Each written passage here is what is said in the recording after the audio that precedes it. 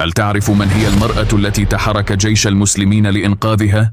هل سمعت عن المرأة التي صرخت ومعتصماه فحرك الخليفة العباسي المعتصم بالله جيشا بأكمله لنجدتها؟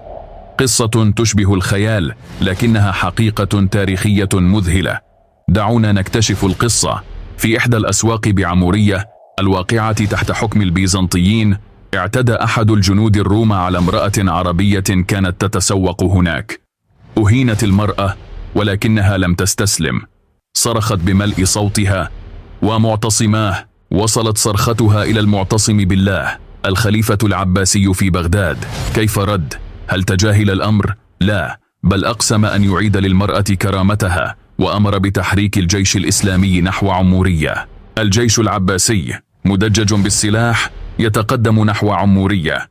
لم يكن الهدف مجرد معركة، بل رسالة واضحة: كرامة كل مسلم ومسلمة ليست للتفاوض. حاصر الجيش المدينة واستمر القتال حتى سقطت عمورية بالكامل.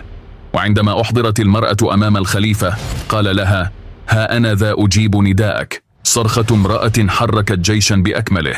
إنها ليست مجرد قصة، بل درس عن الكرامة. هل يمكن أن نجد في أيامنا من يرد الكرامة بمثل هذه القوة؟ ما رأيكم في هذه القصة؟ شاركونا أفكاركم ولا تنسوا الإعجاب والاشتراك.